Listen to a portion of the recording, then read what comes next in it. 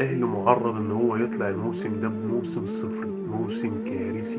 متخيل إن النادي الأهلي بحجم اللعيبة دي كلّها إنه ممكن يطلع بدون دوري، يطلع بدون بطولة أفريقيا، يطلع بدون سوبر إفريقي، يطلع بدون كأس مصر، يطلع بدون العاصمة الإدارية. حرفيًا هو نزل له بطولتين، الدوري وأفريقيا. لو خسرهم الأهلي النهارده بحجم اللعيبة اللي عنده والملايين الدولارات اللي بيدفعها مُعرّض إن هو يطلع بموسم كارثي، موسم صفري.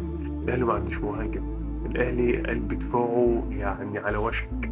الأهلي زيزو ده أقسم بالله، أقسم بالله الزمالك هو اللي نجح إن هو ما جددش. مش إحنا واخدينه أهو كنا بنقول عليه هيبقى. لأ، زيزو وبن شرقي دول بصراحة ربنا أقسم بالله ميتين ما ينفعوا النادي الأهلي. الأهلي بيقدم خرا كروي. محمد هاني بيقدم النهارده كارثة. لولا مصطفى شوبير النهارده الأهلي كان شيل أقل حاجة اتنين، رغم إن الترجي ضعيف، أقسم بالله ضعيف.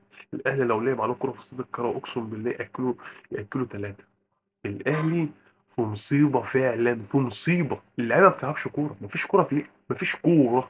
اللعيبة بتجري وخلاص مش بلا هدف، بلا هدف في الملعب. أنا أهلاوي باقول لكم الأهلي بيلعب بلا هدف.